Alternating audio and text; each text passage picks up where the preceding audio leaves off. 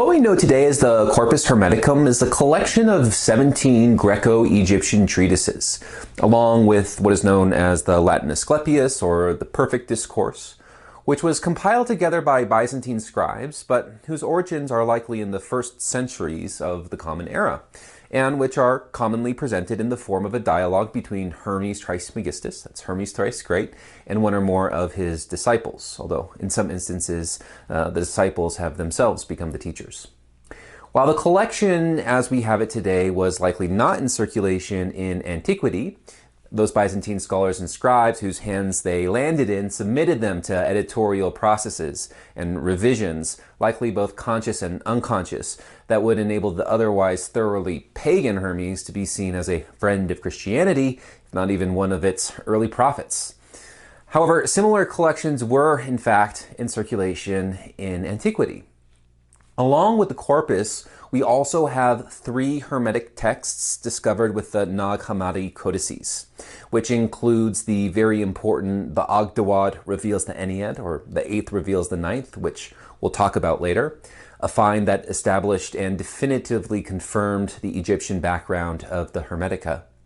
The Stobaean Fragments, an anthology of 40 Hermetic texts and fragments compiled by John of Stobae around 500 CE. The 4 Vienna Fragments, possibly dating to the 2nd or 3rd century CE. And the Oxford Hermetica, a collection of short fragments from other unknown works. And we also have the so-called Armenian definitions, a collection of short aphorisms, likely dating to the 6th century of the Common Era. The Arabic Hermetica present us with a fascinating glimpse into the transmission of Hermetic knowledge throughout time, but we'll reserve a discussion of those important texts for another video. So, what are the Hermetica? If what we are asking is what are their textual contents, for instance, what religious or dogmatic positions did they express, then the answer to that question can be quite easily discovered. One need only consult an academic article on the Hermetica to find a nice and neat cataloging of some of the themes and concerns that occupied these ancient Hermetists. But if we ask the question slightly differently, our task becomes exceedingly more difficult and strange. The question here is, how are we today to understand what the Hermetists in antiquity were up to?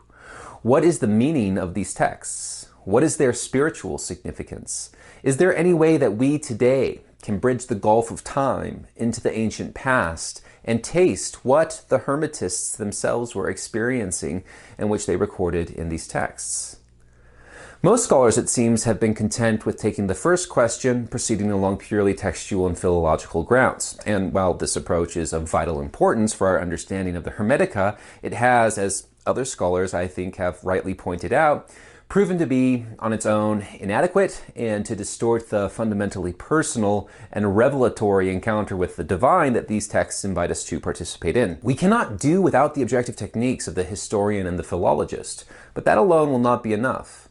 And this is because the Hermetica aim at gnosis, knowledge of the divine, noetic insight into the architectonic origins of the cosmos, and direct participation in its creative unfolding. To understand these texts, one must be transformed by them. To enter the Hermetica from this standpoint requires us to set out upon uncharted waters, to leave our neat historical and conceptual prejudices behind, to become empty so that we can encounter within ourselves the creative source from which the Hermetica spring. So, in charting this course, then, I will rely on objective facts, historical and philological, insofar as I am capable of grasping and comprehending them. But in order to go beyond a mere cataloging or representation of fact and belief, as if all the Hermetica are ancient artifacts to be admired from behind a glass case, we'll need a hermeneutics, a way of interpreting the Hermetica that forces an encounter, even a confrontation with their ancient wisdom in our own time. And it's relevant here that the Greek word for interpreter or translator is hermenous, a word derived from the god name Hermes. Thus, through our interpretation, we invoke Hermes, the swift-footed god, to guide our thoughts aright and direct us back to the creative source and ground of being. As Peter Kingsley has pointed out, the Hermetic tradition is itself a tradition of translation. The authors of these ancient texts were consciously and deliberately transmitting an older and authentic Egyptian theological tradition into, as Aaron Cheak puts it, the symbolic registers of Hellenistic esotericism. To understand the Hermetica, then, we too must become interpreters, disciples of Hermes. But what does an interpretation of the Hermetica that attempts to draw out their spiritual significance in our own time look like? With texts so ancient and in so many ways foreign to our modern sensibilities, how can we tell if we have truly ingressed into the experiential field within which these Hermetists lived and breathed? Might we not be forever condemned to stand on the outside looking in? The first step to take, I think, is to acknowledge that the Hermetica are not an inert collection of texts. Texts such as these have a life of their own. They are animated by energies that their authors were able to contain and transmit through them. As one ancient Hermetic author put it, these are an imperishable book, containing the imprint and record of the experience of the inscription of the Hermetists' nous within the noetic cosmos, their divinization and immortalization. These are no ordinary texts. These books are talismanic. They're ensouled. Just as the corpse of the pharaoh in ancient Egyptian tradition would be reanimated and divinized upon death through a specific ritual technique to spiritualize matter, so too is our Hermetic corpus, its corpse, its body, animated and spiritualized by the energies and powers that speak through them. Even the almost certain erasure of certain vital elements from the texts by Byzantine scribes still has not prevented the texts from reaching us in the present, of beckoning us into their ancient mysteries. In Corpus Hermeticum 16, Asclepius, in deriding the empty speeches of the Greeks, which produce the greatest distortion and unclarity, praises the energetic idiom of the Egyptian usage, in that the very quality of the speech and the sound of Egyptian words have in themselves the energy of the object they speak of. And in Corpus Hermeticum 13, Hermes clearly states that it's not he who's responsible for the divine discourse that flows through him, but the power within him, the creative and demiurgic word that flows from an origin that prefigures all worlds and is the very ground of creative intelligibility as such. The creative act, we think, lies in ourselves. Fair enough. But to see the text as alive is to invert that structure. It is the reservoir of meaning in the text that is creative and creates new worlds through us. This, I think, is an important distinction. The texts are themselves divinely animated, and this has profound implications for what is required of us as interpreters of that text. If they are speaking and creating through us, then we must learn to be silent and listen, to allow their creative powers and energies to find expression through us. We must be open to being transformed, to pass through the ordeals that such texts require of us in order that their meaning may be grasped and embodied in our own lives. And there is a point upon which the Hermetica is absolutely clear. To have them speak through us, we must learn to be silent. That which we are after cannot be spoken. You, whom we address in silence, the unspeakable, the unsayable, the invisible God to whom one speaks in silence. Hermes insists that knowledge of this something that we seek cannot be taught, but is a secret kept in silence. What we are given to understand cannot be understood in the ordinary discursive way.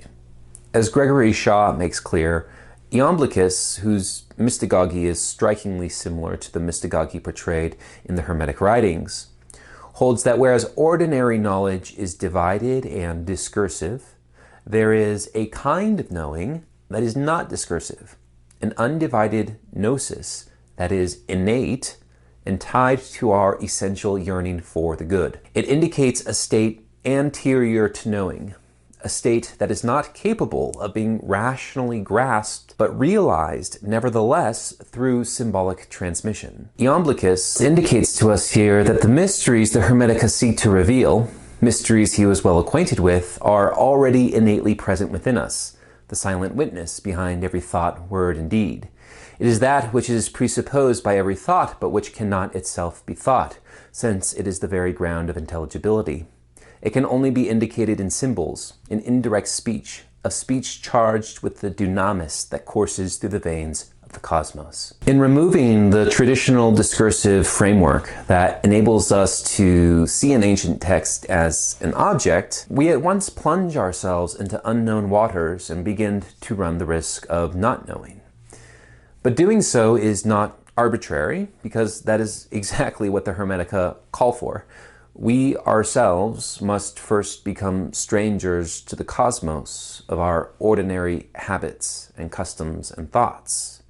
By cultivating an unknowing receptivity, a state anterior to knowing that is present but hidden in our discursive habits, we can come to catch a glimpse of what our ancient authors actually were seeking. And this deliberate practice of not knowing, of cultivating an unknowing receptivity, is arguably a feature of what John Tabor refers to as transformative philosophy, where a transformative philosophy seeks to effect, quote, a total transformation of consciousness, the basic relationship between the knower and the thing he knows. Tabor writes, transformative philosophy corresponds to the growth of a precognitive or subconscious impulse, a spontaneous tendency of correct thought and action for which the word reason has sometimes been used. The transformative philosopher appropriates this area of experience and charts it for us so that we can live more consciously in accordance with it. And further, a transformative philosophy does not represent a view of reality, but a view which transforms reality. It really alters what we perceive of as facts, as concrete states of affairs. The Hermetic texts exhibit a wide spectrum of discursive, meditative, and even magical techniques that could be used to awaken in us a subtle form of awareness, that anterior state of knowing presupposed by all our ordinary acts of awareness and cognition. What Tabor refers to as precognitive knowledge, a precognitive or subconscious impulse, a spontaneous tendency of correct thought and action. What Iamblichus referred to as innate gnosis. The task of the Hermetic teacher is to aid the student or disciple in recovering this consciousness. In the case of the Hermetica, this consciousness, nous, is a consciousness that infuses the cosmos with the creative energy of noetic archetypes that sustain and supply the flux of temporal embodied life with a creative energy that continually and perpetually renews the cosmos and the souls within it. A student who approached a Hermetic circle for the first time would be immersed in a new language, a new set of symbols, and would thus be afforded new possibilities of apprehension, new ways of structuring the unordered data of consciousness. The experience the Hermetists are after has a logic of its own, which requires a unique language to be expressed, to be made possible. As students of the Hermetica ourselves, we need to be open to new ways of thinking, new ways of knowing that go beyond what we know as knowing.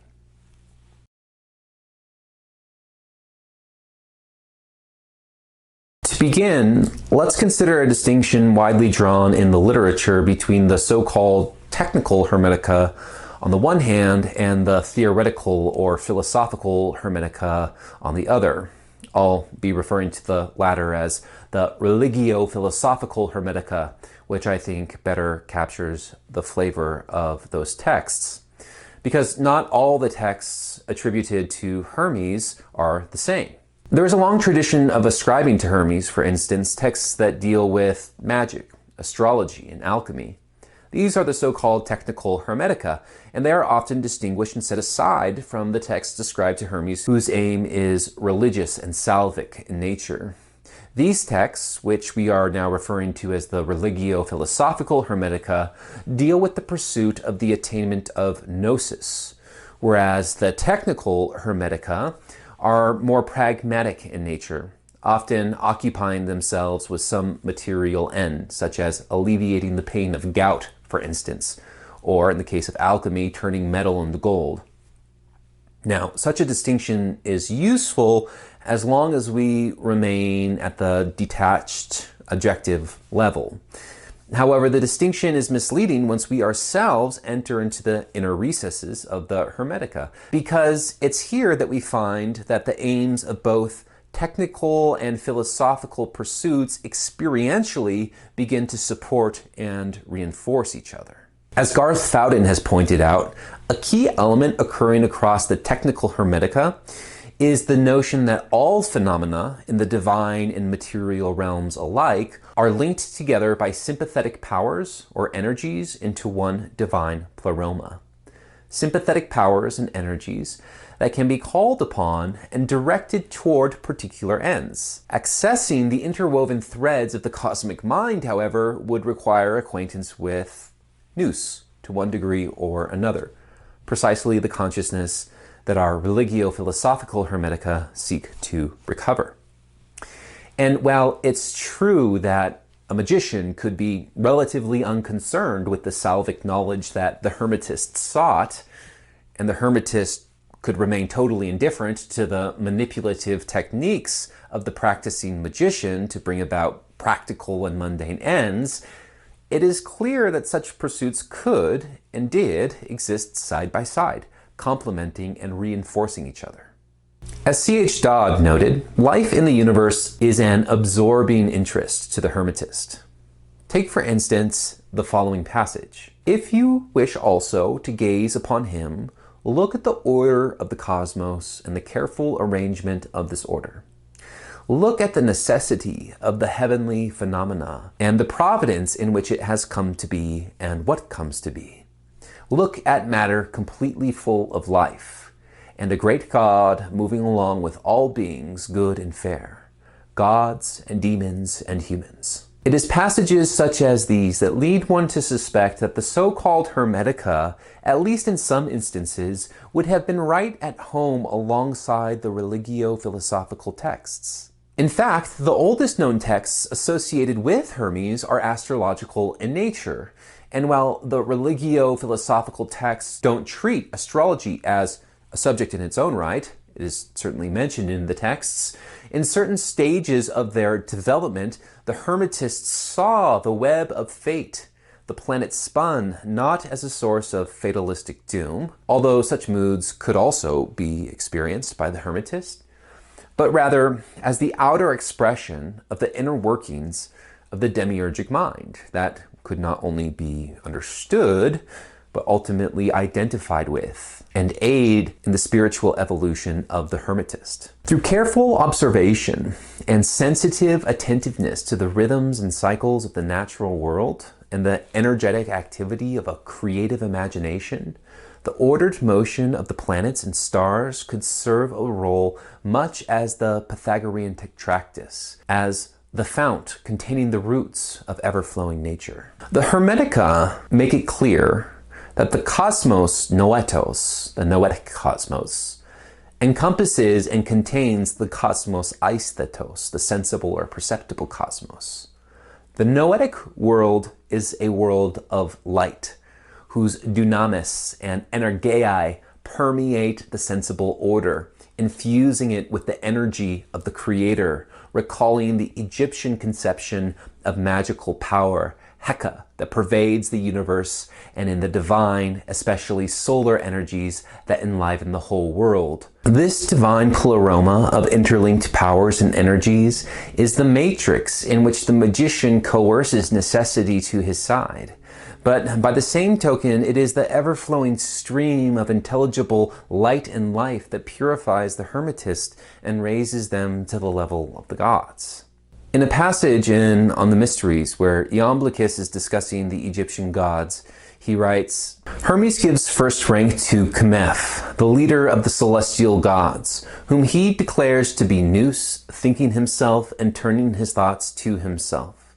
But prior to him, he places the indivisible one that he calls the first act of magic, and which he calls Heka. It is in him that the primal noetic element rests, and who is the primal object of noesis, and it is he, it must be specified, who is worshipped by means of silence alone. There are several elements to unpack here. In the Hermetic text, the Kori Kosmu, the people of the eye of the world, a decidedly alchemical text, Isis, in imparting her teaching to her son Horus, states that it was Chemeph who initiated her into the perfect black.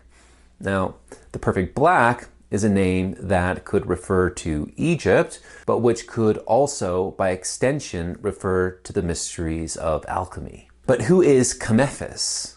Chemeph relates to the Egyptian Kamutef, corresponding to Kemetef, he who has completed his moment, and is himself related to the Ouroboros serpent, who eternally regenerates and brings the world into being, and who, in the quote from the Iamblichus above, is connected to the hypercosmic or noeric god who turns his thought toward himself. With the help of the god Heka, he embodies the ever-present moment of instantaneous creation. By turning their mind back to the noetic world of light, by becoming a pure receptacle for the font of intelligibility, the Hermetist returns to the indivisible one and participates in the first act of magic, Heka, the demiurgy which creates and regenerates the world. And all of this, as we have seen, is accomplished in silence. The transformative experience the Hermetist seeks lies behind and beyond any purely discursive activity of the mind. As Shaw remarks, the initiate must become, as Hermes tells Tat,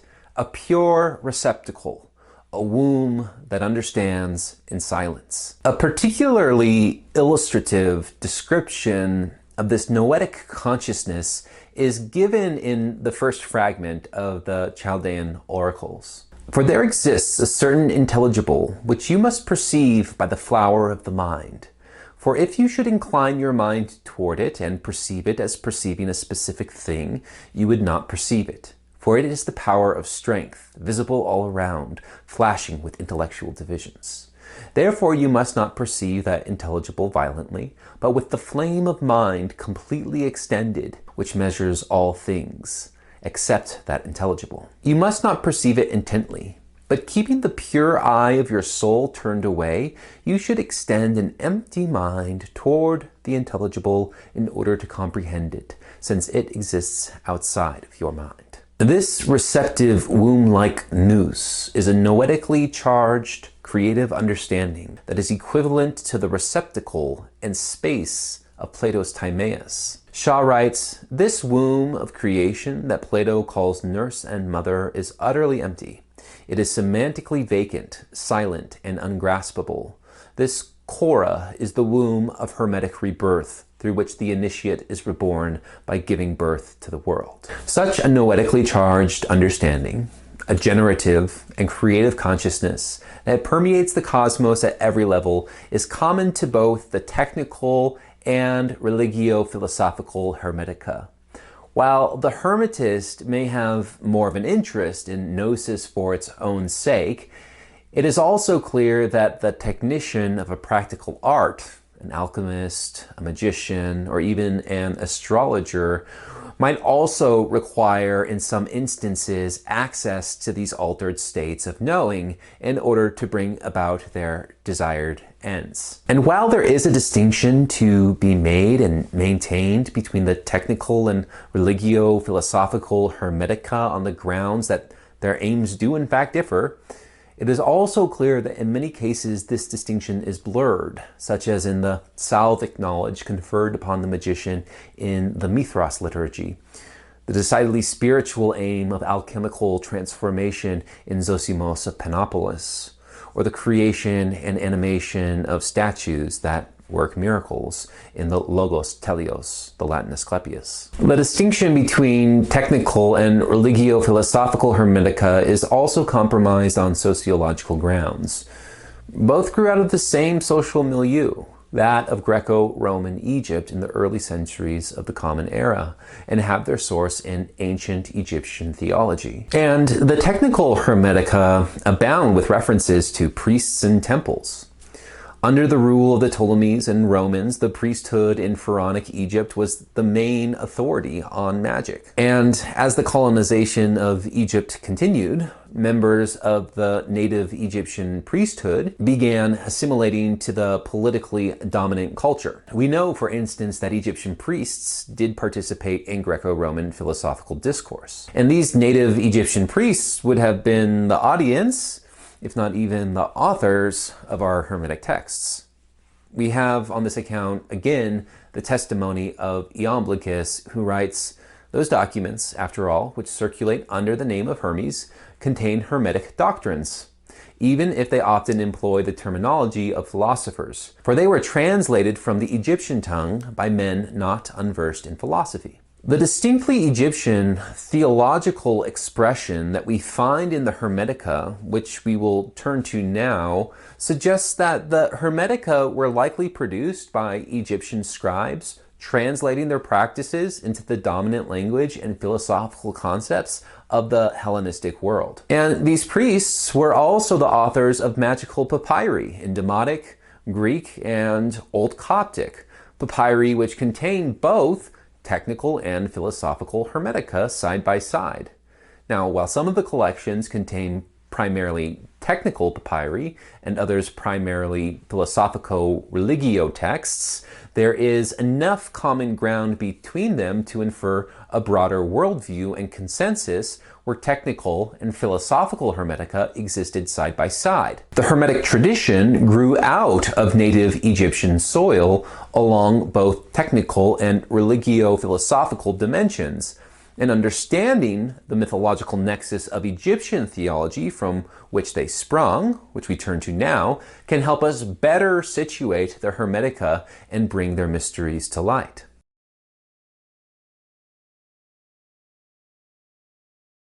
As Peter Kingsley reminds us, the Hermetic tradition is a tradition of translation.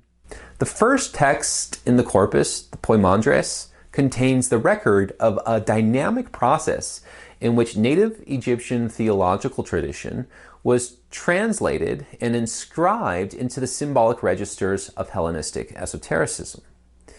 Kingsley argues that the name Poimandres is in fact a Greek etymology of the Coptic aimenetere, meaning the knowledge of Re, or the understanding of Re, an epithet that referred specifically to the seat of the supreme intelligence which masterminded the creation of the universe, that is, Thoth, the Egyptian god of knowledge and wisdom in his role as the creative intelligence of the supreme god.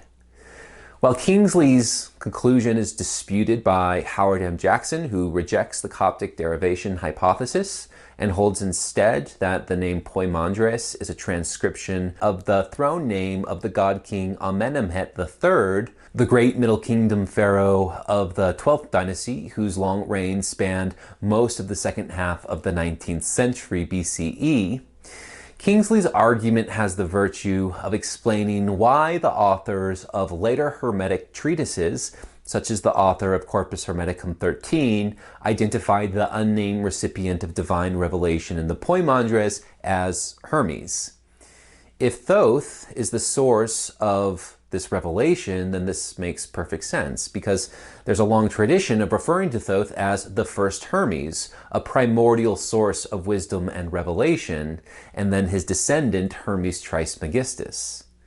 Traces of the tradition suggest that it was believed that the mysteries of the Egyptians were originally recorded in hieroglyphs by Thoth, but after the flood were translated out of the Egyptian into the Greek language and deposited in the temple sanctuaries by the second Hermes, Hermes Trismegistus.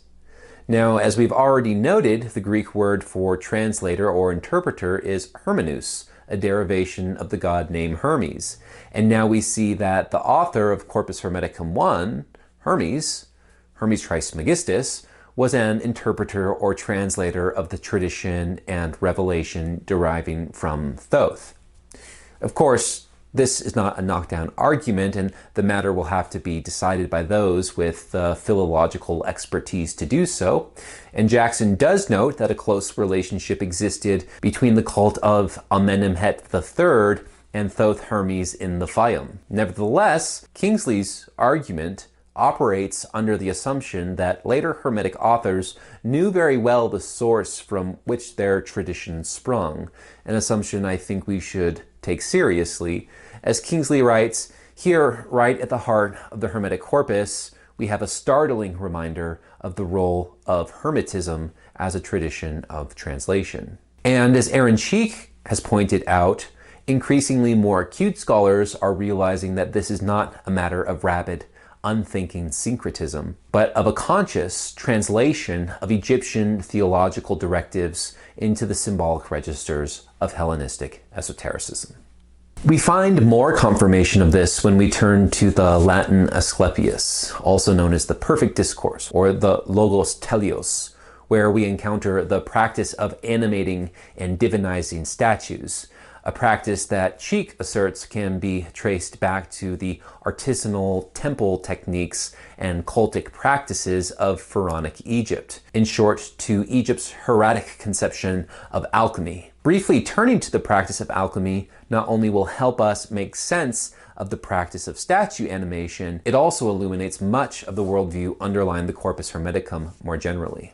In the earliest Greco-Egyptian alchemical texts that deal with metallurgical alchemy specifically, the colors of metals were seen as a visible sign that the transformative effects the spirit or soul of the metal had upon its metallic body. As Cheak makes clear, the alchemical transformation consists in two goals. First, the purification of the body and the intensification of the spirit through the process of separation, or separatio, and two, the reunification of body and spirit in a transformed state. The first stage of transformation, melanosis, the blackening, was the most important as it served as the foundation for all later stages of transformation, and it involved the black prima materia to be infused with the volatile spirit of the metals in the kerotakis, a two-leveled vessel which allowed the volatile fumes of one substance to be infused with the spirit of another. The kerotakis was considered a tomb in which the base matter decomposed, but simultaneously the womb in which it was reborn. The black lead, the scoria or ashes, also known as the caput mortem, was characterized by its receptivity and likened to the Egyptian god Osiris. Now, of course, Osiris is the god who undergoes death and resurrection, the corpse of the sun god who, through the midnight journey of the sun, lies waiting in the waters of noon to be reanimated by his Ba, that is, by the psyche of Re. The corpse of Osiris is then transformed into a scarab beetle who raises the disk of the sun, resurrecting it and rejuvenating its solar energies. Only through separation of soul and body and their subsequent reunification in the underworld, in the kerotakis, the case may be, can life arise anew? Can the world be regenerated and transformed? And here we should note that this motif, as we shall see in just a bit, is already present in Corpus Hermeticum I in the vision that Poimandres bestows upon Hermes Trismegistus. The separation of a smoldering, wailing, inarticulate fire in the primordial darkness, which is described as coiling sinuously and looking like a snake, and the unification of the unarticulated fire with the clear and joyful light of the Creator, which establishes the conditions for the created order to come into being. This motif corresponds to, quote, the subtle and often highly ambiguous idea in ancient Egypt of cosmology mirroring the everyday disappearance and reappearance of the sun, with darkness in one sense the opposite of light, but in another sense, simply its primeval form. And that primordial watery chaos, the coiled serpent of the depths, corresponds to the cosmic serpent of Egyptian theology, coiled with its many coils in the dark chaotic waters of the primal abyss, representing the first stage of divine manifestation in the mythological past, prior even to the appearance of the sun, and arising out of the darkness of the primeval waters before any definite thing yet existed. According to Cheak, we can see the origins of the hieratic conception of alchemy in the emphasis that Egyptian theology places on spiritual immortality through the creation of a permanent body. Mummification could be seen as a prototypical alchemical act. However, the most relevant example for our purpose is the creation, consecration, and divinization of ritual objects, especially statues, to serve as material vehicles for divine forces. An art that would be accomplished through the opet re, the opening of the mouth ceremony, performed on both mummified remains and divine statues, with the goal of infusing spiritual presence into matter. It is then clear that the Egyptian temple tradition of animating and divinizing statues fed into and informed the esoteric practices of late antiquity. Zosimos of Panopolis, the 4th century Greco-Roman alchemist whose concept of metallurgic transformation was also one of a salvational metaphysics, references tinctures used by Egyptian priests to multiply metals and treat statues. And the 5th century Neoplatonic philosopher and theurgist Proclus refers to statue animation as telestic art, a synonym for theurgy, the initiatory process whereby divine fire purifies the initiate, raising them into participation in divinity. What we find is a continuity of the themes of Egyptian theology that announce themselves in the esoteric practices of late antiquity. Theurgy, alchemy, and Hermeticism share a common worldview, an underlying soteriological metaphysics. Hermeticism and its sister sciences are traditions of translation, interpretations, one might say, of an earlier stratum of worship and participation in the divine mystery. It now becomes our job to seek our own understanding of the Hermetica, to reconnect to this primordial tradition, to allow the texts to come alive and speak in our own time and reignite the wisdom which they express.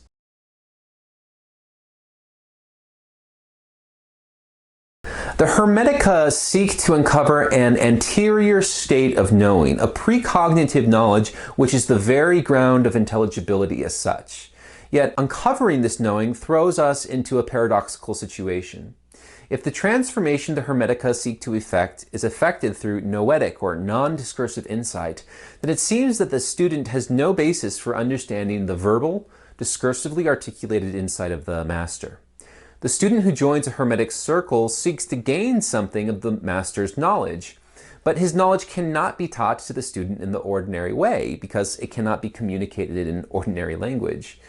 The paradox, however, is solved in practice. Through various techniques, the blunt barrier of the empirical mind is broken through. The teacher awakens in the student a latent consciousness that was there all along, lying dormant, a coiled serpent in the primordial depths, an anterior state of knowing which lies behind and in every thought and action. The student is brought successively through a series of teachings, initiations, if you will, that reveal to them the divine nature already latent within them. As we've already noted, life in the universe is an absorbing interest to the Hermetist, and it would have not been uncommon for a new student to a Hermetic circle to be presented with a view of the world which was more or less positive in outlook, one which encouraged the perception of divinity in natural phenomena through the study of nature. But as their knowledge progressed, a new sort of picture would gradually begin to unfold. If the student wished to make contact with the reality of which the Hermetists spoke, an entirely new way of knowing would have to be acquired. A way of knowing so foreign that it wouldn't really appear as a kind of knowing at all.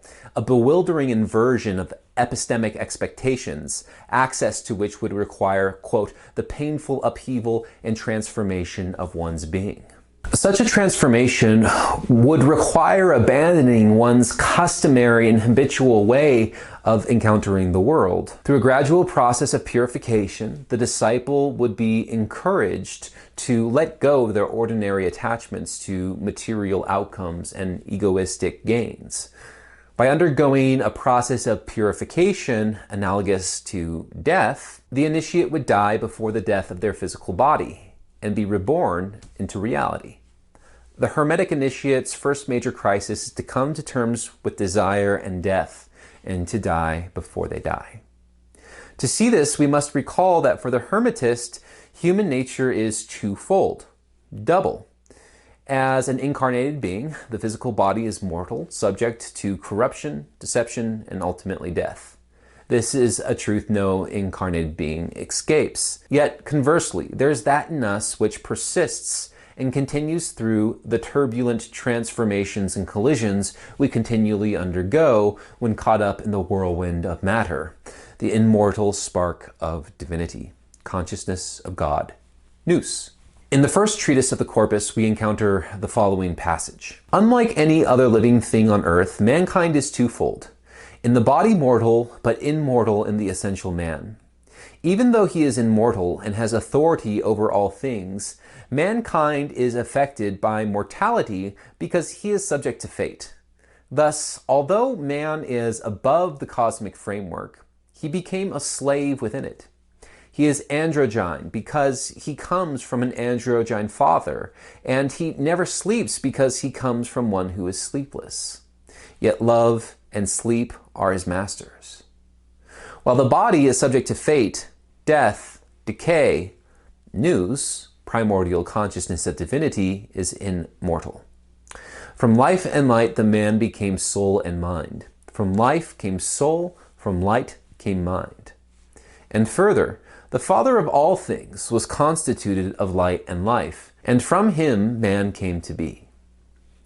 The initial quest of the Hermetist is to recover the memory and recognition of this source of light. But this is no small task, for incarnation presents us not only with the majestic movements of celestial bodies, the beauty of forests and trees, the sublime indifference of desert mountains, the unreachable vastness of oceans, but also with a panoply of distractions and trivialities that waste away our time and our gifts, of oppression and domination that turn the earth black and blot out hope and joy, of greed and misery that grind up the spirit.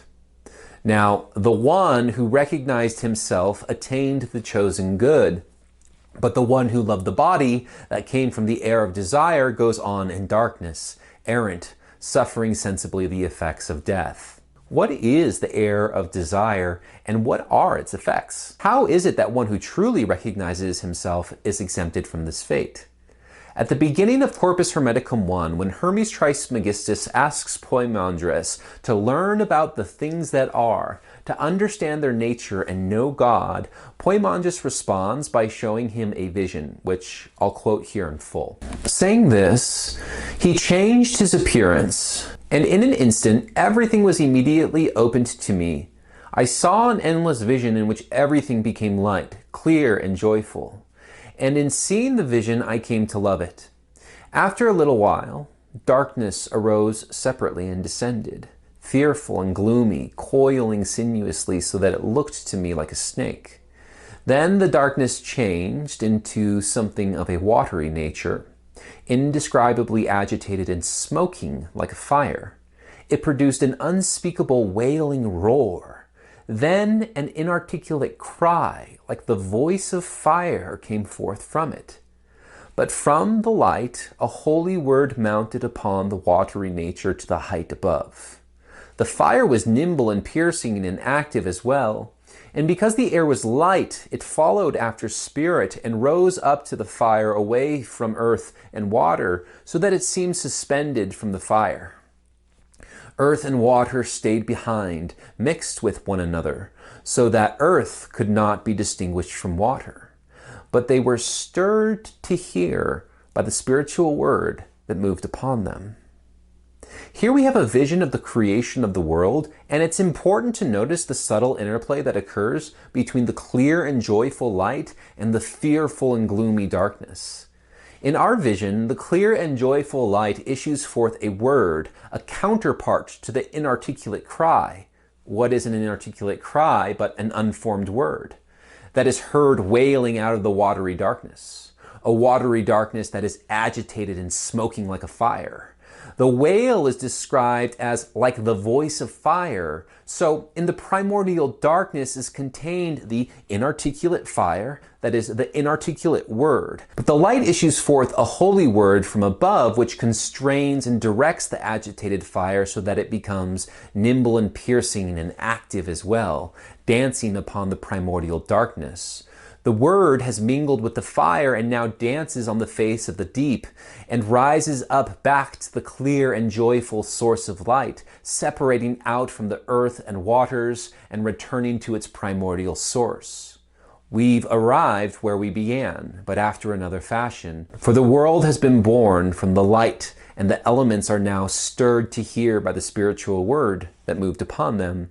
That is, the creation is now responsive, receptive to the supreme authority, to his word and command, which is both his nous and his will that now directs and steers the cosmos. We've already noted the similarity of this vision and its likely origin in the Egyptian theological conception of the primordial waters, whose chaos at once both swallows the sun, threatening to blot it out forever, but also is the source of its regeneration and thus of regenerated life. While many commentators have supposed that here the darkness represents the evil and base material of earthly incarnation from which one must annex themselves and return to the light, we can see here a much subtler interplay that collapses the strict dualism into one of a reciprocal exchange, a subtle and ambiguous account of the origin of the world. And it is to this that we must pay attention if we are to understand what the air of desire refers to, and the air which goes on in darkness, suffering sensibly the effects of death.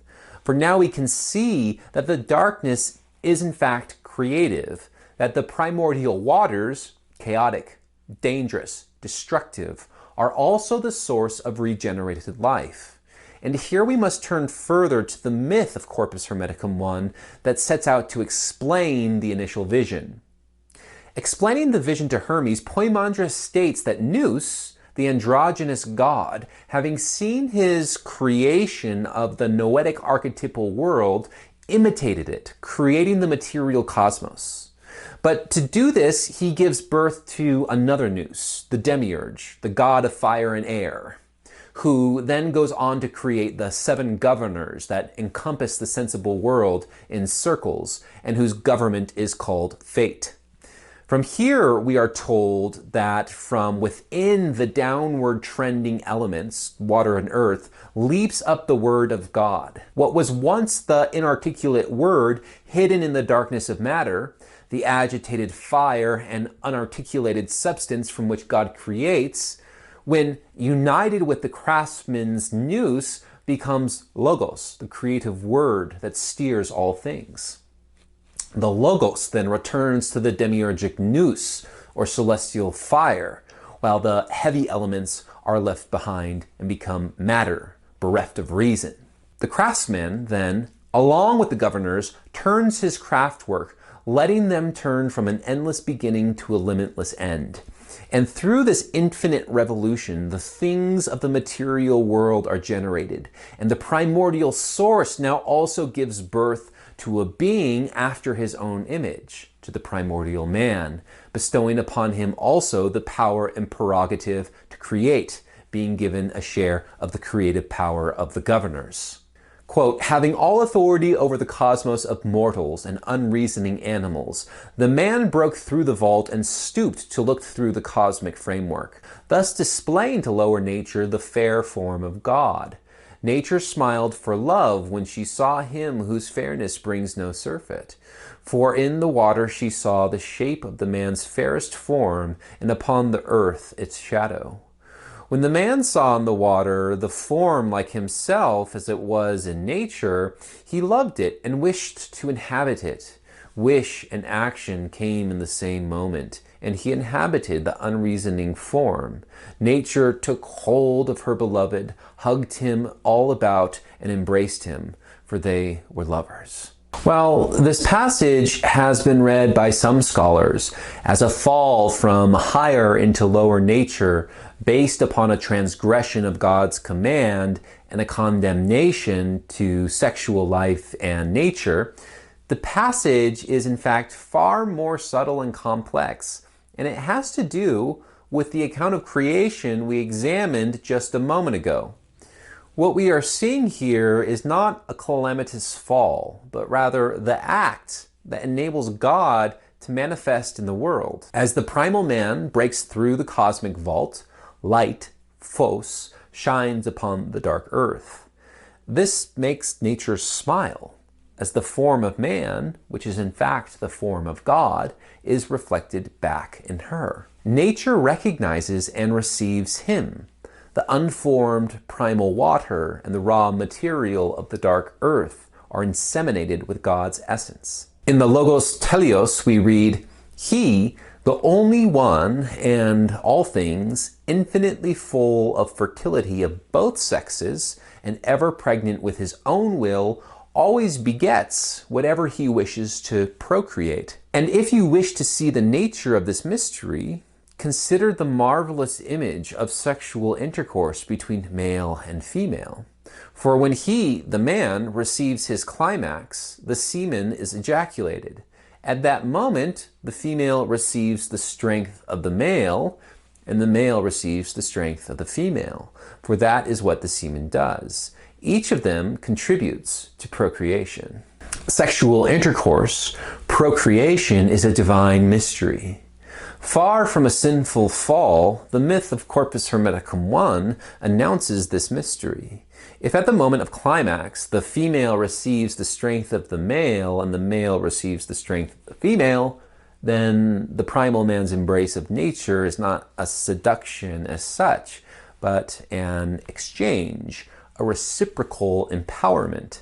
God impregnates nature with divine forms, and nature reflects back to God his own image, confirming and making whole divine existence. Just as the divine word must first mingle with the agitated fire of the primordial depth, for the articulate command of creation to come to be, for God's will to take shape, so here too do we see the necessary and reciprocal interplay of two natures, active and receptive, masculine and feminine, divine polarities that create and sustain the cosmos.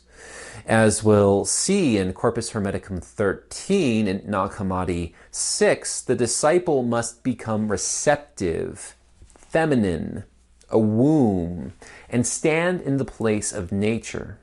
To receive the imprint of the divine word, they must become the receptive principle, receiving the logos, so that they can then become the vehicle for the active creation and restoration of the world. This, of course, is not to say that incarnated life is unproblematic for the Hermetist.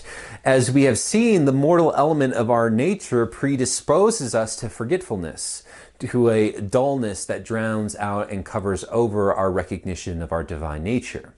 To remember and wake up to our divine nature is the first task the Hermetist is charged with. Let him who is mindful recognize that he is immortal, that desire is the cause of death, and let him recognize all that exists. The desire of the primordial man to reach down into incarnated life, into mortal nature, condemns him to the powers of fate, and ultimately to death. But by the same token, it becomes the means and opportunity for the recovery of his divine nature.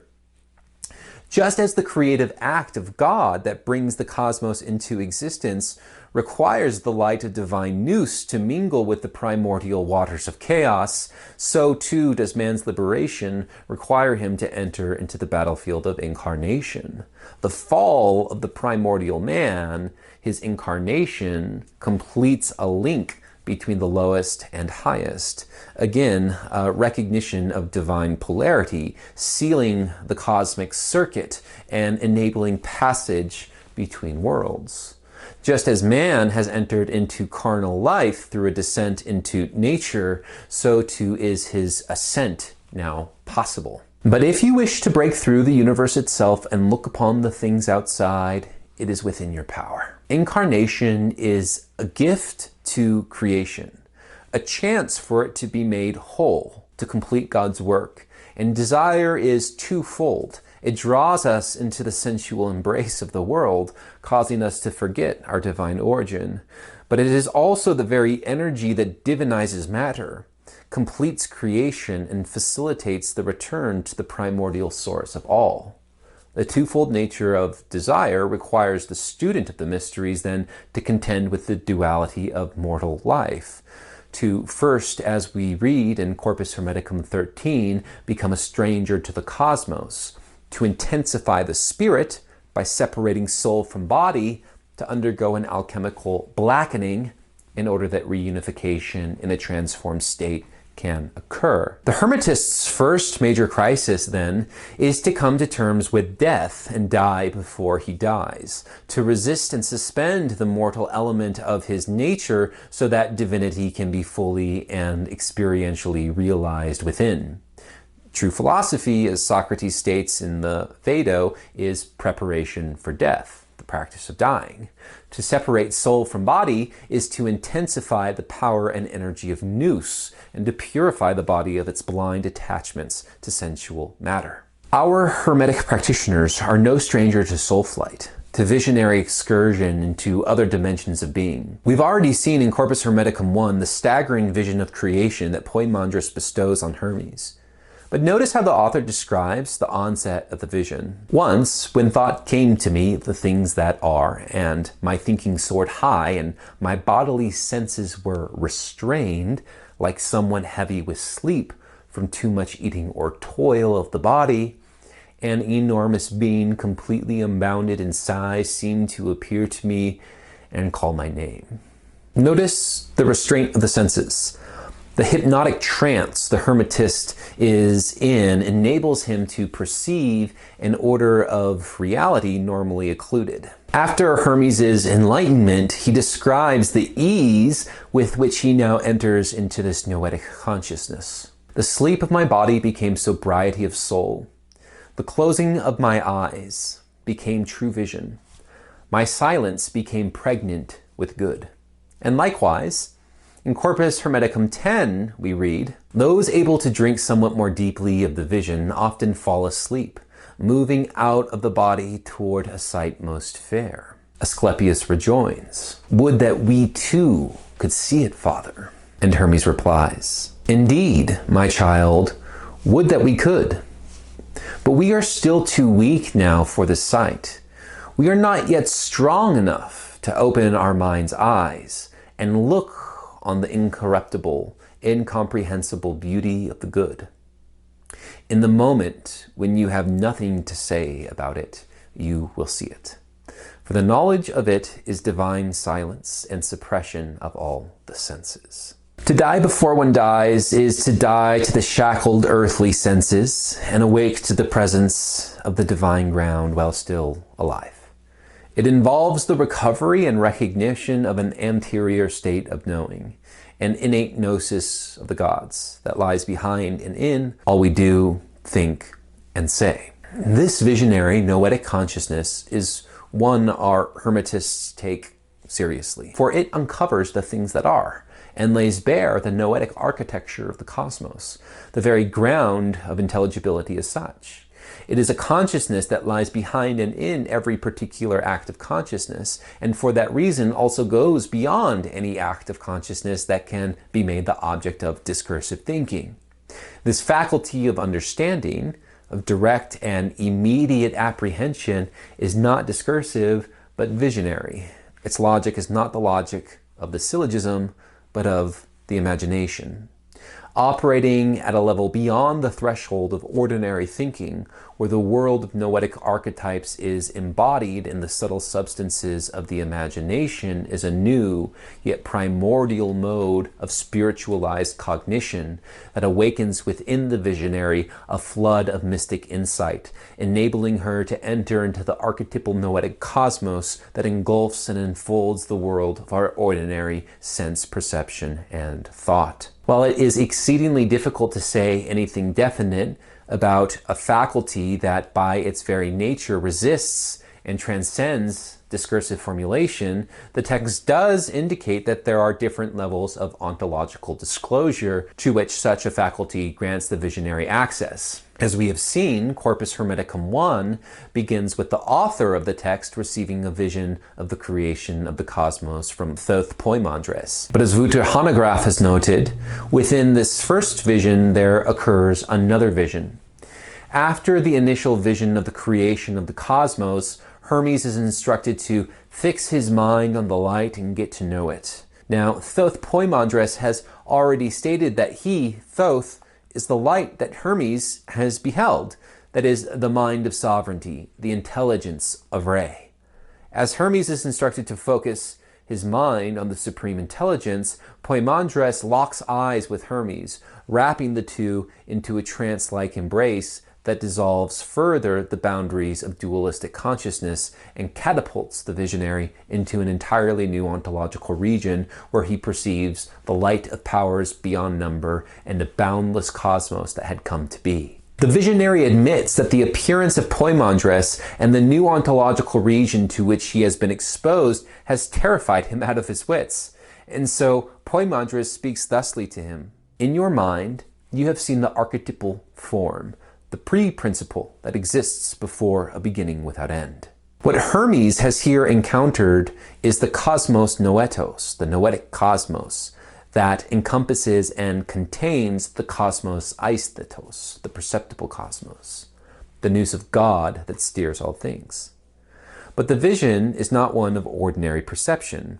In this altered state of knowledge, subject and object collapse. Hermes' mind has been fused with the mind of Poimandres. And since Poimandres is the nous of Re, the supreme God, the visionary's nous has now been absorbed back into the nous of God.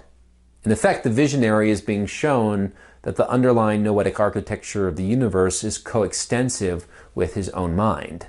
The mind of the visionary merges with the mind of the cosmos, God's mind. We will get to see Hermes' disciple Tot experience this directly in the ritual of rebirth, where through an experience not dissimilar to the one Poimandres has initiated Hermes into, Tot's consciousness is experienced by him as coextensive with the entire cosmos. The initiate's noetic consciousness is in fact identical in nature to the underlying noetic architecture of the cosmos, and thus can gradually be fused with it, occasioning the utterly transformative experience of identification with the all and the source of all.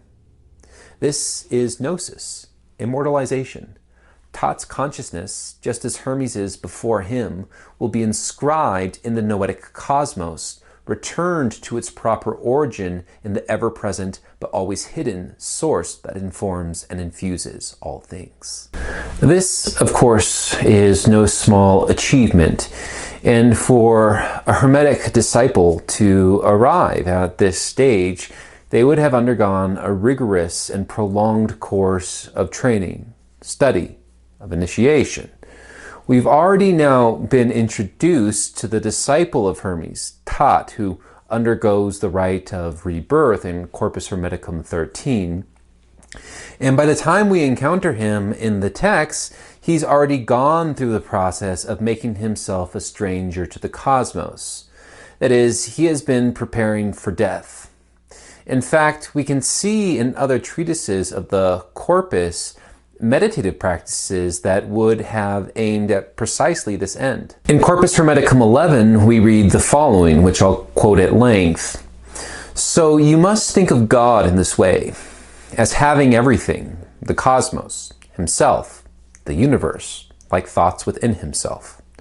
Thus, unless you make yourself equal to God, you cannot understand God. Like is understood by like. Make yourself grow to immeasurable immensity. Outleap all body. Outstrip all time. Become eternity, and you will understand God. Having conceived that nothing is impossible to you, consider yourself immortal and able to understand everything. All art, all learning, the temper of every living thing. Go higher than every height, and lower than every depth. Collect in yourself all the sensations of what has been made, of fire and water, dry and wet. Be everywhere at once, on land, in the sea, in heaven. Be not yet born, be in the womb, be young, old, dead, beyond death. And when you have understood all these at once, times, places, things, qualities, quantities, then you can understand God. Here, the total transformation of one's being has not yet occurred. We don't see that happen until the experience of rebirth, but a preparatory practice like this is designed to lead the way. Everything that is to be imagined as a thought occurring within the mind of God. To make oneself equal to God is to then experience all things as arising and passing away within oneself. It is to become identified with the very ground of intelligibility as such. Meditations such as these, combined with other psycho-spiritual techniques to loosen the girders of the soul, would make the initiate's consciousness receptive to the transformation that the way of Hermes was capable of enacting. To noeticize the cosmos, then, is to fall into the currents of divine archetypal patterns that give rise to the sensible cosmos, and to see the world from the inside out, that is, from within the mind of God. But to think that this is merely to have thoughts as one might have thoughts while waiting in line would be a mistake. Rather, a new mode of spiritualized cognition has awoken within the visionary, enabling him or her to perceive the archetypal and noetic cosmos that enfolds the world of ordinary sense perception. This is the creative imagination, a faculty of image-making that unites and fuses together invisible noetic realities with concrete material manifestations, much in the same way that material statues are material images infused with divine presence. In fact, it's the 12th century Sufi philosopher Sudavarti who gives this account its first full philosophical treatment by positing an intermediate ontological region between the intelligible world of light and the material world of the senses, the alam al-mithal, the world of suspended images. To be elevated to the level of the mundus imaginalis is to perceive the world from the inside out, to perceive the world as God perceives it. The following passage from the Corpus illustrates this. Some things that I say need special attention. Consider what I am now saying. All things are in God, but not as lying in a place, for place is also body, and body is immobile. And what is lying somewhere has no movement. In incorporeal imagination, things are located differently. Consider what encompasses all things, that nothing bounds the incorporeal, that nothing is quicker or more powerful. Of all things, the incorporeal is the unbounded, the quickest and most powerful. So you must think of God in this way, as having everything, the cosmos, himself, the universe, like thoughts within himself. When Hermes is then instructed to transform his mind, activating his nous so that it becomes coextensive with the cosmos, he's being brought to unite his mind with the demiurgic mind through creative imagination, a faculty that discloses the ontological reservoir that pulses through and pervades all things. And to accomplish this, as we have seen, is to oneself become the demiurgic mind and participate in the creation and sustenance of the cosmos. Before that can happen, however, the Hermetic initiate must be reborn, reunited with their spiritual body, their immortal and divine essence, which the process of incarnation has temporarily alienated them from. At the opening of Corpus Hermeticum 11, the treatise on rebirth, Tot states that he has done the work of making himself a stranger to the cosmos. That is, he has been hard at work preparing for death, and he employs Hermes to deliver the teaching on rebirth. For there is a depth here that Tot still has not experienced and understood. I don't know, Tot says, what sort of womb mankind was born from, O Trismegistus, nor from what kind of seed. Now, Tot knows theoretically that the human is in essence immortal and divine, but he has not yet tasted that in its fullness. He still yearns for that direct experiential gnosis. Tot knows intellectually about spiritual rebirth. That is why he can ask from what womb mankind has come from. He is seeking for insight into the process. And Hermes responds to this request by stating, "My child, the womb is the wisdom of understanding in silence, and the seed is the true good." Now, we have already encountered this womb, the wisdom of understanding that occurs in silence. It is that silent witness that stands behind and in every thought, word, and deed, a state anterior to knowing that can only be approached indirectly, in symbols and speech charged with the numinous power of another world. It is the epitome of noetic consciousness, the seed from which all things are begotten. And unless we forget the subtle play of opposites that serve such an important role in the Hermetica, as seen in the visionary account of creation that Poimandres has bestowed upon Hermes in Corpus Hermeticum 1, here too is reiterated the necessary complement of male and female, of dark and light, of speech and of silence. Tot, nonetheless, still struggles to understand. There is only so far the discursive intellect can reach, and Hermes is speaking in enigma, riddles. Only a full-blown, transformative experience that catapults Tot into an entirely new ontological region will do. Tot continues to struggle to understand, but he persists in petitioning Hermes to deliver the teaching. Hermes, at the limit of what spoken word can communicate, states the following. "What can I say, my child? I have nothing to tell except this. Seeing within me an unfabricated vision that came from the mercy of God, I went out of myself into an immortal body. And now I am not what I was before. I have been born in mind. This thing cannot be taught, nor can it be seen through any elementary fabrication that we use here below. Therefore, the initial form, even of my own constitution, is of no concern. Color, touch, or size I no longer have. I am a stranger to them. Now you see me with your eyes, my child, but by gazing with bodily sight, you do not understand what I am. I am not seen with such eyes, my child." So how does one go out of themselves into an immortal body? What does this even mean? It is this question that Tot struggles with, and his failure to grasp what his spiritual father has conveyed to him drives him nearly mad. "You have driven me quite mad, Father, and you have deranged my heart. Now I do not see myself." To understand Tot's distress, we must recall that Tot has dedicated himself to the pursuit of this wisdom. Everything is staked upon it, and he has already come quite a long way. But now, in this intimate exchange between teacher and student, Tot is failing to perceive the truth that Hermes says is right before him, if only he had the right kind of eyes to see with.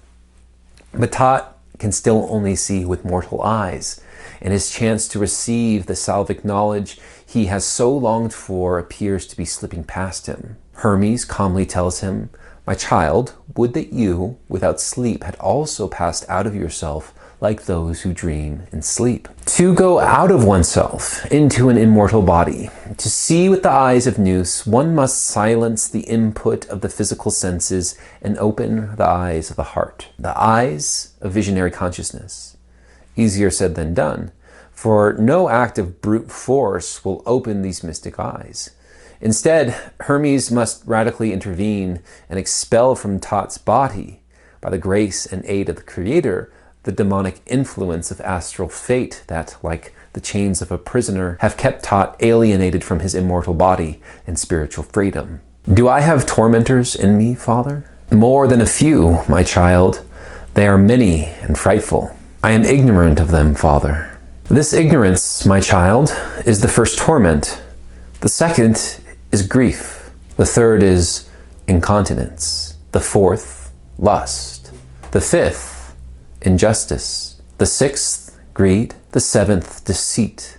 The eighth, envy. The ninth, treachery. The 10th, anger. The 11th, recklessness. The 12th, malice. These are 12 in number, but under them are many more besides, my child, and they use the prison of the body to torture the inward person with the sufferings of sense. Yet they withdraw, if not all at once, from one to whom God has shown mercy, and this is the basis of rebirth, the means and the method. From here on, my child, keep silence and say nothing. If you do so, you will not obstruct the mercy that comes to us from God. Henceforth, my child, rejoice. The powers of God purify you anew for the articulation of the word. In the silence of the womb of rebirth, the negative forces of fate that keep the immortal man asleep are energetically cleansed, purifying the subtle body so that the word can begin to flow through it, activating the energetic powers of the Creator. Knowledge expels ignorance. Joy expels grief. Continence repels incontinence. Perseverance opposes the power of lust. Justice expels injustice. Liberality repels greed. Truth puts flight to deceit. The good, life, and light extinguish all the tormentors, cleansing the spiritual body of the initiate. We have been divinized by this birth, says Hermes. They now recognize themselves as constituted of the intelligibles, and they rejoice. Now, Tot has been initiated. He can see with the eyes of the heart, and he states, I no longer picture things with the sight of my eyes, but with the mental, noetic energy that comes through the powers. I am in heaven, in earth, in water, in air. I am in animals and in plants, in the womb, before the womb, after the womb, everywhere. He has himself become the womb of rebirth that he is reborn within, and now the seed of the good inseminates within him the powers of the decad. He has become the core in which intelligible forms are realized. He has been born a god and a child of the One, entering into the spiritual lineage of his father Hermes Trismegistus. He has recovered his immortal body, the body constituted of powers, which is indissoluble and immortal and involved in essential generation, that is, in the creation of the cosmos. Although the full extent of this insight won't be revealed until still yet a further step is taken. The nature of the human being double, conceals that in us which is divine and immortal, and as all divine beings share in the creation of the cosmos, so too the human, who has reunited with their spherical body. What distinguishes human souls from celestial gods has to do with the nature of our respective vehicles. According to Iamblichus, while the souls of the gods are complete in themselves, in that their vehicles, or ochemata, reveal their powers in the heavenly round, human souls are provided with an ochema produced from the entire aether, which has creative power. But when in exercising that power becomes self-alienated. The vehicles of the gods are circular, spherical, and their essence inseparable from their activity, their being identical with their end. In human souls, this circle is broken. Having entered generated life, we fall into rectilinear existence and become creatures whose beginnings are separated from our ends. When we incarnate in a particular physical body, we lose touch with our original spherical vehicle, and we are swept away by the vicissitudes of causal breakages and collisions. The rite of rebirth recovers our original spherical vehicle, uniting our beginning with our end, closing the circle, awakening a noetic comprehension of the whole, the Ouroboros swallowing its own tail. This spherical body is immortal, an ever-flowing source of creative power and energy. To unite with it is to unite with our divine nature and begin to participate in the demiurgy of the cosmos. Reunion with Nous, the creative source of light and life, also entails reunion and participation in that creative source. As Gregory Shaw puts it, rebirth is realized as giving birth, not escaping from the world, but creating it.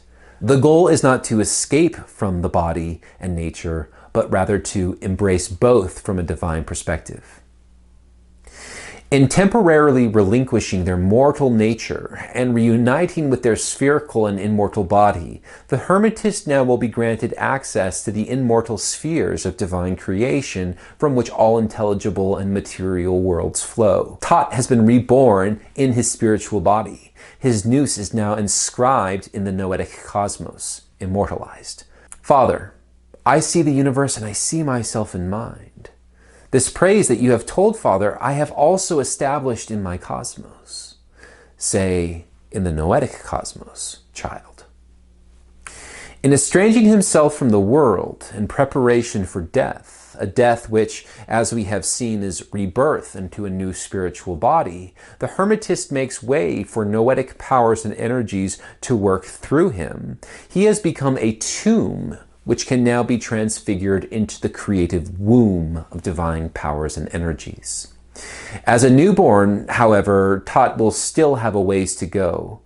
He has passed the threshold of the initial conflict, but further ingress into the heavenly spheres still awaits him. As Wouter Hanegraaff points out, while at the beginning of the rite of rebirth, Tot is confounded by his inability to see Hermes' immortal body with his visionary eyes, once the eyes of the heart have been opened, Tot still does not hear that which he has been informed he ought to hear. Tot says, Father, I would like to hear the praise in the hymn which you said I should hear from the powers once I entered the Ogdoad, just as Poimandres foretold of the Ogdoad. Tot wishes to hear the hymns being sung in the Ogdoad, the eighth sphere of the fixed stars. As we know from Nag Hammadi 6, all of the eighth and the souls in it and the angels sing a hymn in silence. Tot does not yet hear this praise, so Hermes, the fully initiated Hierophant, must mediate and draw the powers within the Ogdoad near through a logike thusia, a speech offering which, while being an act of reverence, is at the same time a recognition of the creative word and demiurgic mind that flows from him and hence functions at the level of cosmogenesis. Hermes goes on, O powers within me, sing to the one and to the all. Sing together all you powers within me as I wish it. O holy Gnosis, you have bathed me in light. Through you I am singing the noetic light. I take joy in the joy of nous. All you powers, sing the hymn with me. Here, Hermes has retraced the cosmic circuit and found his way back to the source of all. This is not his first time, but he still must go deeper than is ordinarily the case for this special occasion of Tot's rebirth. Now, it is through the powers that will sing through him that will prompt his speech and song and create the spiritualized conditions for Tot's enlightenment. The powers that are in me sing these things. They chant the universe into existence. They complete your will, your plan, as it proceeds from you and returns to you as perfected universe. Hermes is here fully absorbed back into the vacant and silent womb of creation. His nous is a fertile field through which the powers can sing and chant the universe into existence. In effect, creature and creator have become one. As God hymns the world into existence, the spiritual prayer of the Hermetist spiritualizes the world and returns it back to God. The circle is complete. Creation has been perfected.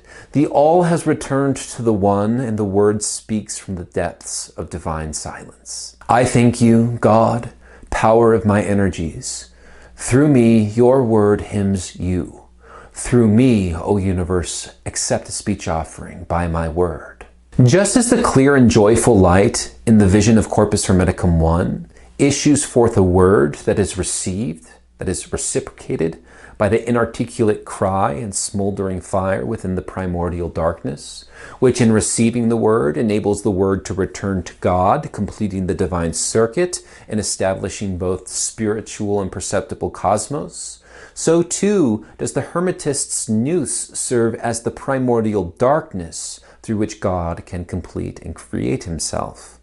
Reuniting with the creative and demiurgic source of all becomes an act of cosmogenesis, recreating the cosmos anew. The Hermetist now operates at the level of a god. He has reunited with his immortal spherical body.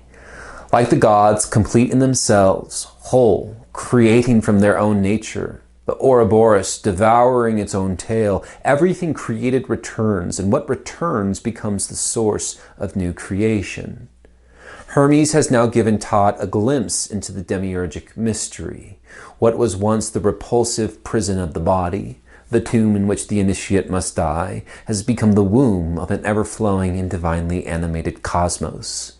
The material world is now itself divinized, alchemically transformed, as it has been returned to the source of all through the nous of the Hermetist.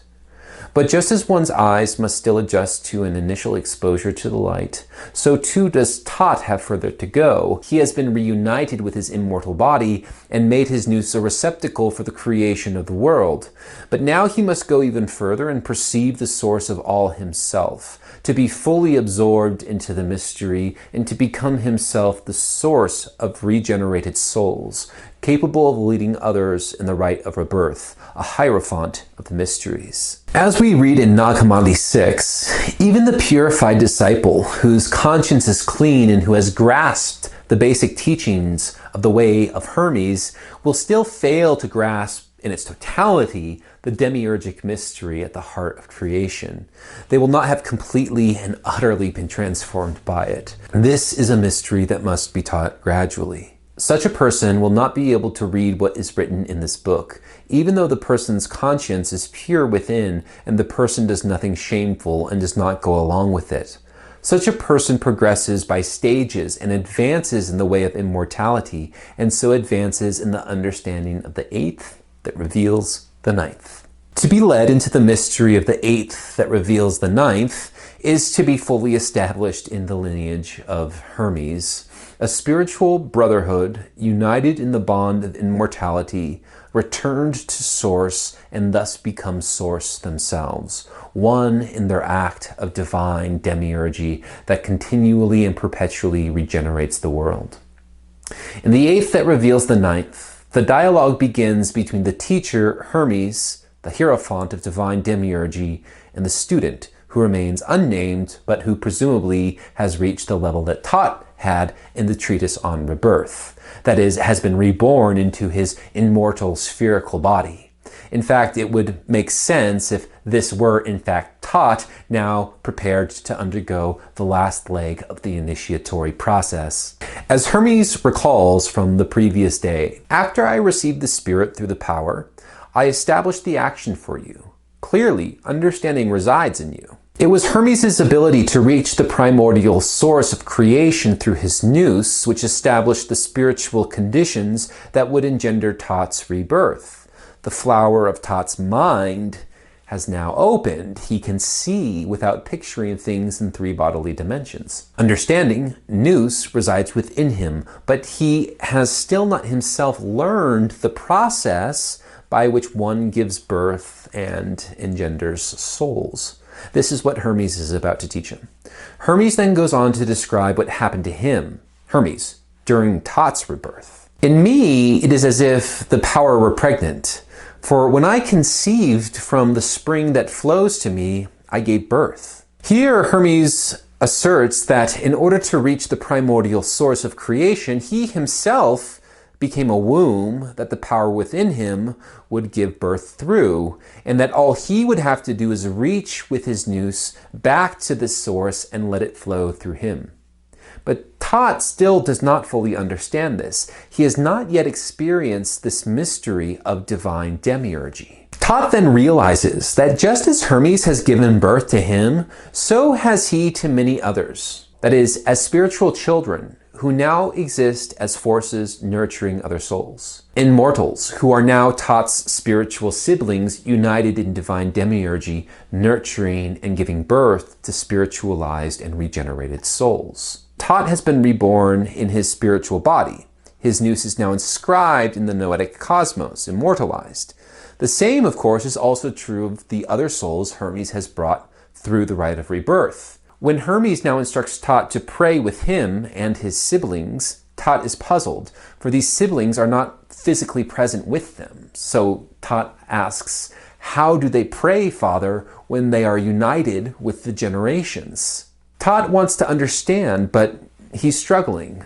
While he has been reborn, he has not fully grasped the totality of the transformation that has occurred. He himself is already inscribed in the noetic cosmos. There singing a hymn in silence to God with his siblings. He simply hasn't realized it yet. My child, Hermes says, when you understand the truth of your statement, you will find your siblings, who are my children, praying with you. Ultimately, Thoth surrenders to the process initiated by the powers through Hermes, and the two begin to pray. As Hermes says to Thoth, your job is to understand. Mine is to be able to utter the discourse from the spring that flows to me. What then follows is an extensive prayer that utilizes nomina barbara and invocatory strings of vowels which catapult Hermes and Thoth into the Ogdoadic region, from which vantage point the Ennead can be encountered. As the effects of the invocation and prayer take hold, we are told the following. We now have begun to see the places. How shall I tell you about the all? I am mind and I see another mind, one that moves the soul. I see the one that moves me from pure forgetfulness. As we saw in Corpus Hermeticum 13, as the nous of Hermes reaches back to the Ogdoadic region, something peculiar begins to happen. The nous of the Hermetist begins to merge back into the nous of God, sundering differences between the two. Hermes is, in effect, saying, I see in your nous my own nous. And this divine nous is what moves the soul. That is, what causes the soul to turn and face the nous of God, moving the soul from pure forgetfulness. Hermes' nous is reflected back to him by the nous of God.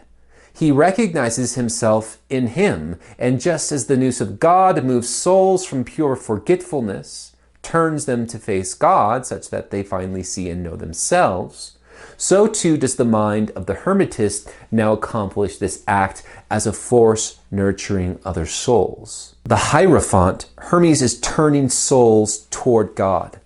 In the next line, this identification becomes explicit. You give me power, I see myself. It should also be noted that even for one as skilled and experienced as Hermes, the experience is still exhilarating and awe-inspiring. I see a spring bubbling with life. I have said, my child, that I am mind. I have seen. Language cannot reveal this. For all the eighth, my child, and the souls in it, and the angels sing a hymn in silence. I, mind, understand. Hermes' nous has been identified with the nous of God, and yet Hermes still retains consciousness of his individuality. He is two in one. As Henry Corbin describes the situation in a parallel context, the relationship constitutes a dialogical unity, an unos ambo, in which each of the two simultaneously assumes the position of the I and the self. Image and mirror, my image looks at me with my own look, I look at it with its own look. Such a relation cannot adequately be formulated in discursive terms. It can only be hinted at indirectly through a hymn that is sung in silence. This hymn that is sung in silence is the activation of our innate gnosis, that anterior state of knowing that lies behind and in every thought and act, every passing moment of consciousness. Yet paradoxically, from this silence bubbles up speech offerings. The pregnancy of the power wishes to speak and give birth. To him in silence is to reach back with the flower of the mind to that which is prior to any occasion of conscious awareness and allow what bubbles up from that spring to come forth. Thoth, still a novice in the presence of the Ogdoadic powers, asks the reasonable question, How does one sing a hymn through silence? Hermes' response is cryptic. Can no one communicate with you? Nevertheless, this is enough to spur Tot to silence. His nous reaches the eighth and perceives the demiurgic mind and hears the hymns sung by the souls and angels in silence. Tot recognizes Hermes in his deified state, that is, in his essence he is in fact the cosmic nous, the intelligence of the creator and source of all. And this, of course, will also become true of Tot, as his nous reaches up from the Avant-garde into the Ennead. He has been brought into the clear light. I understand mind, Hermes, which cannot be explained because it stays in itself. I am happy, Father, to see you smiling. The universe is happy. No creature will lack your life, for you are Lord of the inhabitants everywhere.